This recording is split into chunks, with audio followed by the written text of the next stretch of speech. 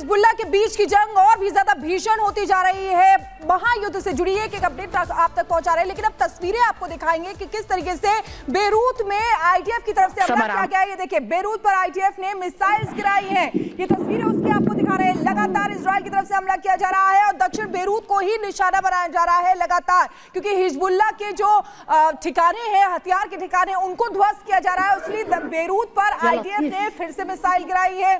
किस तरीके से देखिए, लगातार इजराइल जो है वो हिजबुल्लाह के खात्मे की ओर अग्रसर है। तो ये तस्वीरें आपको दिखा रही है, धुएं का गुबार और जो आग की लपटें दिखाई दे रही है, ये उसी जगह की है जहां पर मिसाइल गिराई गई। और एक और तस्वीर आप तक पहुंचा रहे हैं, देखिए किस तरीके से इजरायली एयर स्ट्राइक से लेबनान भी दहला हुआ नजर आ रहा है। ये देखिए किस तरीके से लोग पीछे खड़े हुए हैं, वीडियो बना रहे हैं कि किस तरीके से वहां पर मिसाइल जब गिराई गई तो धुआं वहां पर नजर आया। इजरायली हमलों के बाद भगदड़ भी बजती हुई यहाँ पर नजर आई है। देखिए लोग भाग रहे हैं क्योंकि लगातार वहां पर सायरन की आवाज सुनाई दे रही है, वहां पर मिसाइलें गिराई जा रही हैं और डर की वजह से ये तमाम लोग देखिए किस तरीके से भाग रहे हैं। सड़कों पर भीड़ दौड़ती हुई चली जा रही है रफ्तार के साथ, यानी कि आनन फानन में वहां पर अफरा तफरी का माहौल हो गया। और ये हिजबुल्लाह की सुरंग में आईटीएफ का छापा, देखिए किस तरीके से सुरंगों में घुस कर आईटीएफ अपने ऑपरेशन को अंजाम दे रहा है। ये हिजबुल्लाह की सुरंग है, ये जो घेरे के जरिए हम आपको दिखा रहे हैं, लाल रंग के घेरे के जरिए, ये हिजबुल्लाह की सुरंग है और यहाँ पर आईटीएफ ने छापा मारा है। तो देखिए किस तरीके से आईटीएफ लगातार हमला कर रहा है, ये आपको दिखा रहे हैं। अब 10 तस्वीरें आपको दिखाएंगे, 10 कैमरों की नजर से आप देखिए कि क्या हालत हो गई है, यानी कि लेबनान की, हिजबुल्लाह की। ये देखिए धुआं, भीषण धुएं का गुबार यहाँ पर नजर आ रहा है, आग की लपटें नजर आ रही है, अफरा तफरी का माहौल नजर आ रहा है। कैमरा नंबर 5 से देखिए किस तरीके से वहां पर जब इस तरीके का माहौल देखा, सायरन लगातार बज रहे हैं, तो लोगों में भगदड़ मच गई। वहां लोग जान बचा के अपनी भागने लगे। ये जंग और भी ज्यादा भीषण होती जा रही है, देश भी बटे हुए नजर आ रहे हैं। देखिए मिडल ईस्ट में अब जंग की सूरत बदल रही है, हिजबुल्लाह पर ताबड़तोड़ हमले किए जा रहे हैं। आपने देखा कि इजराइल के साथ साथ अमेरिका भी आ चुका है, लेकिन इजराइल की मुश्किलें क्या बढ़ने वाली, सवाल इसलिए क्योंकि कुछ देश ऐसे हैं जो कि लगातार नेतन्याहू और इजराइल का विरोध कर रहे हैं, और ये भी वही देश है जो कभी ना कभी इजराइल के करीबी थे। इस रिपोर्ट को आप देखिए।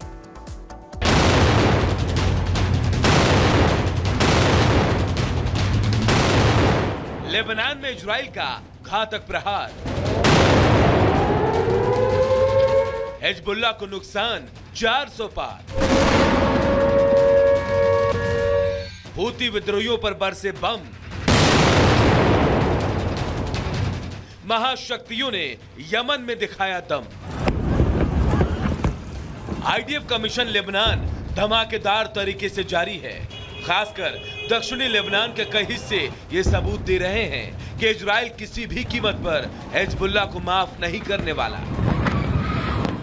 रात में इजराइल के रॉकेट बेरूत की जमीन को दहलाते हैं, तो सुबह होते ही इजराइल की सेना और टैंक बेरूत की धरती पर आगे बढ़ते रहते हैं। इजराइल की सेना का दावा है कि अब तक उसने हिजबुल्लाह के 440 आतंकियों को मार गिराया है। इजराइल की चौतरफा मार सह रहा हिजबुल्लाह खुद को किसी भी तरह से कमजोर साबित नहीं करना चाहता, इसीलिए इजराइल की ही तरह उसने भी वीडियो वाला वॉर गेम शुरू कर दिया है। हिजबुल्लाह ने अब एक वीडियो जारी किया है जिसमें वो दिखा रहा है कि वो किस तरह से दक्षिणी लेबनान में इजरायली सेना के हमलों का जवाब दे रहा है। उधर लेबनान में एंट्री कर चुकी इजरायली सेना हमास की तरह हिजबुल्लाह के ठिकानों को भी निशाना बना रही है। इजरायली सेना के निशाने पर खासकर वो सुरंगें हैं जहां से हिजबुल्लाह और हमास के आतंकी एंट्री करते थे। सुरंग का वीडियो देखकर आप समझ जाएंगे कि ये सुरंग नहीं बल्कि एक तरह से इन आतंकियों के लिए होटल था, जहां सोने से लेकर खाने पीने तक की पूरी सुविधा थी। अब इस जंग का असर आम लोगों पर भी खूब पड़ रहा है। इजराइल ने पहले लेबनान के लोगों से कहा था कि वो सुरक्षित जगहों पर चले जाएं, और बीते 2 दिनों से लाखों की संख्या में लोग संघर्ष वाले इलाके को छोड़ चुके हैं। इजराइल पर यह भी आरोप लग रहे हैं कि उसकी बमबारी के दायरे में कई राहत और शरणार्थी शिविर आ गए हैं, जिनमें कुछ लोगों की मौत भी हो गई है। मिडिल ईस्ट के हालात को देखते हुए कई देशों ने अपने नागरिकों को भी संघर्ष वाले इलाके को छोड़ने का निर्देश जारी किया है। स्लोवाकिया, ऑस्ट्रेलिया और नीदरलैंड जैसे देशों के नागरिक अपने देश वापस लौट रहे हैं। उधर हिजबुल्लाह का साथ देने वाले और लाल सागर में अपनी हरकतों को अंजाम देने वाले हूती विद्रोहियों पर अमेरिका जमकर बारूद बरसा रहा है। लगातार दूसरे दिन ब्रिटेन और अमेरिका के लड़ाकू विमानों ने यमन पर बमबारी की। यूएन के मंच से बेंजामिन नेतन्याहू ने मिडिल ईस्ट का भूगोल बदलने की बात कही थी और लेबनान ऑपरेशन से लग रहा है कि शायद अब इजराइल का भूगोल बदल रहा है। अब सवाल ये उठता है कि हमास और हिजबुल्लाह से बदला लेने के बाद इजराइल की क्या प्लानिंग है? क्या इजराइल किसी और देश पर निशाना साधेगा या शांत हो जाएगा? Bureau report, Republic Bharat. तो इस रिपोर्ट के जरिए हमने आपको बताया कैसे फ्रांस के राष्ट्रपति इमैनुअल मैक्रों और तनातनी काफी ज्यादा इधर नेतन्याहू के बीच बढ़ गई। लेकिन ग्राफिक्स के जरिए आपको और ज्यादा जानकारी अब हम देते हैं कि आखिरकार फ्रांस के राष्ट्रपति की तरफ से क्या कुछ कहा गया है, क्या निर्देश यहाँ पर दिए गए। मिडिल ईस्ट पर दुनिया बटी हुई है। देखिए, इजराइल पर हथियार प्रतिबंध लगाया जाना चाहिए। कौन कह रहे? इमैनुअल मैक्रों की तरफ से बात कही गई है। ये आपको बता रहे, राजनीतिक समाधान को प्राथमिकता दी जानी चाहिए। ये भी कहा गाजा में हथियार पहुंचाना बंद कर देना चाहिए। पूरी दुनिया इस वक्त बढ़ती हुई नजर आ रही है और आप देखिए यहाँ पर इमैनुअल मैक्रों जो एक समय में नेतन्याहू के काफी करीबी थे और अब उनके खिलाफ बात करते हुए नजर आ रहे हैं। हथियार प्रतिबंध की मांग कर वाले कथित तौर पर आतंकवाद के साथ, ये आपको बता रहे हैं कि नेतन्याहू ये कह रहे हैं कि क्या आप आतंकवाद के साथ हैं? सवाल पूछ रहे हैं। आतंक की धुरी का साथ देने पर शर्म आनी चाहिए, ये नेतन्याहू ने कहा। तो दोनों की तरफ से क्या टिप्पणी की गई वो हम आपको बता रहे। पहले इनके बारे में बताया, इनके बारे में बता रहे। आतंक के खिलाफ सभी सभ्य देश इजराइल के पक्ष में खड़े हों, ये इन्होंने कहा है। लेकिन ये सवाल पूछ रहे हैं, क्या इमैनुअल मैक्रों आतंकवाद के साथ है? ये सवाल पूछा गया। खबरों के लिए आगे बढ़ते हैं शिखा के पास। और अब पाकिस्तान की बात करेंगे। पाकिस्तान में सत्ता की कुर्सी संभालने वाले शहबाज शरीफ की मुश्किलें कम होने का नाम नहीं ले रही हैं। जहां एक तरफ आर्थिक बोझ कम करने के लिए उन्हें IMF के आगे हाथ फैलाना पड़ रहा है, वहीं दूसरी तरफ आवाम के प्रदर्शन ने भी उनकी नींदें उड़ा रखी है। यानी कि हर तरफ शहबाज शरीफ के खिलाफ गुस्सा और आक्रोश देखा जा रहा है। एक रिपोर्ट इसी से जुड़ी आपको दिखाते हैं।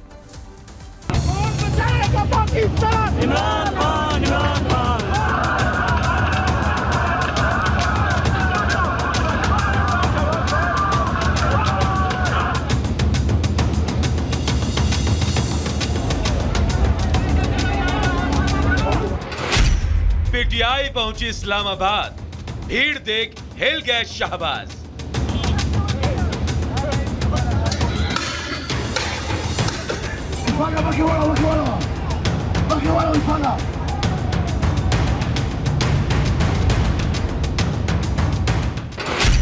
पुलिस से नहीं बनी बात, इस्लामाबाद में सेना तैनात।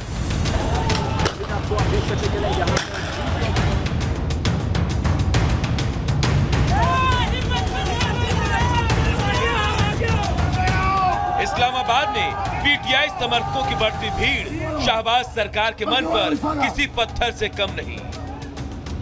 इस भीड़ को काबू करने के लिए शहबाज सरकार की अब तक की हर कोशिश नाकाम ही साबित होती रही।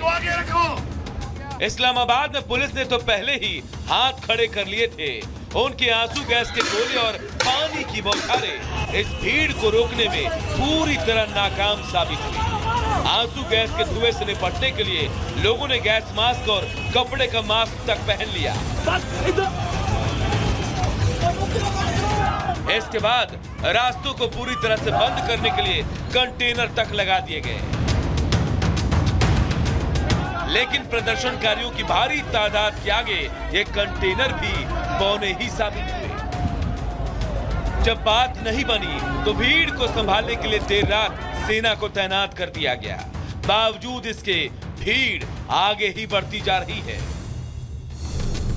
इस्लामाबाद और लाहौर की ओर जाने वाली सड़कों पर कार और बसों की गिनती काफी बढ़ गई है। गाड़ियों में बड़ी संख्या में इमरान समर्थक अपने नेता के लिए नारेबाजी करते दिखाई दिए।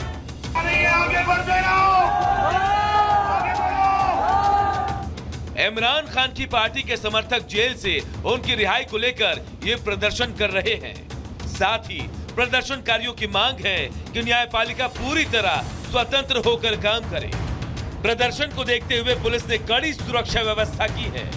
प्रदर्शनकारियों पर आंसू गैस के गोले दागे गए। सभी राजमार्गों को बंद कर दिया गया है। मोबाइल सेवाओं को भी निलंबित कर दिया गया है।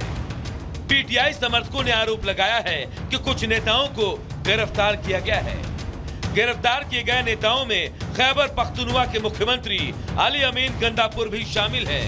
पीटीआई समर्थकों का कहना है कि रेंजर्स ने जबरन घर में घुसकर अली अमीन को गिरफ्तार किया। यह गिरफ्तारी उस वक्त हुई जब वो अपनी पार्टी के विरोध प्रदर्शन का हिस्सा बनने के लिए राजधानी पहुंचे थे। पिछले 48 घंटे में 120 भगवान नेशनल ने जो पकड़े गए। पुलिस पे फायरिंग हुई है और आंसू गैस तो वो मुसलसल पुलिस वालों पे चला रहे थे। अब ये हम चेक कर रहे हैं कि उनके पास इतनी आंसू गैस कैसे आई और कैसे इस्तेमाल कर रहे थे, लेकिन उन्होंने पुलिस के ऊपर फायर भी किया। हमारा तकरीबन वहाँ पे 80 से 85 के करीब पुलिस वाले हैं जो जख्मी हैं। इमरान खान भले ही जेल में हैं, लेकिन शहबाज शरीफ के लिए अब भी बड़ी परेशानी बने हुए हैं। खासकर बीते 3 दिन में जिस तरह से पीटीआई समर्थकों ने इस्लामाबाद की घेराबंदी की है, वो बता रही है कि शहबाज की कुर्सी डगमगाने लगी है और कौन जानता है कि इस भीड़ के बोझ से इस कुर्सी के पाए न जाने कब टूट जाएं।